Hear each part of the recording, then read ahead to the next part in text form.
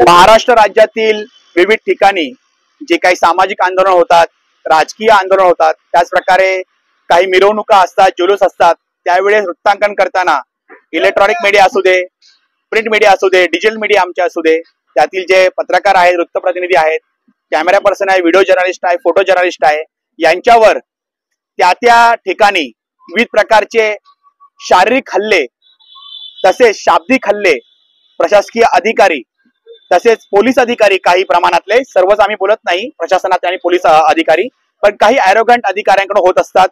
त्याच प्रकारे त्या आंदोलनातील जे काही नागरिक असतात त्यांच्याकडूनही काही हल्ले होत असतात, शाब्दिक हल्ले होत असतात।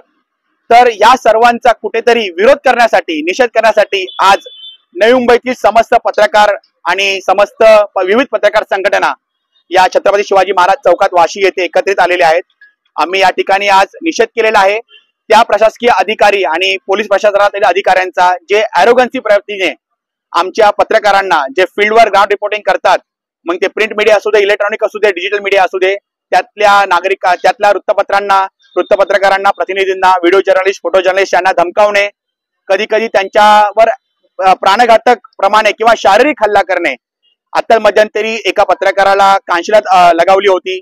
तर कुठेतरी ही बाब अन्यायकारक आहे आणि इथून पुढे अशा कोणत्याही प्रकारचा हल्ला कोणत्याही पत्रकारावर कोणामार्फतही खपवून घेतला जाणार नाही, हा संदेश आणि हा इशारा देण्यासाठी आजचा आमचा निषेध आंदोलन होतं।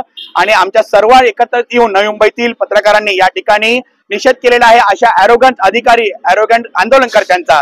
तर इथून पुढे सर्वांनी लक्षात ठेवा, मग ते प्रशासकीय अधिकारी असू दे किंवा कोणतेही अधिकारी असू दे, पोलीस प्रशासनाचे अधिकारी असू दे किंवा सामाजिक राजकीय आंदोलनातले कोणतेही नागरिक असू दे, नेते असू दे, त्यांनी कोणत्याही प्रकारचा जर अशा प्रकारचा हल्ला, मग तो मानसिक असू दे, शारीरिक असू दे किंवा आर्थिक असू दे किंवा वित्तीय असू दे, अशा प्रकारचा हल्ला केला किंवा हल्ला करण्याचा प्रयत्न केला तर त्यांना न्यायालयात ओढले जाईल, हा इशारा आणि ही धमकी समजून जावा, या सर्वांना आम्ही देत आहोत। धन्यवाद।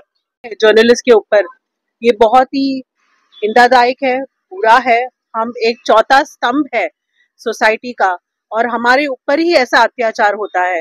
ये सब बंद होना चाहिए और गवर्नमेंट को एक स्टैंड लेना चाहिए।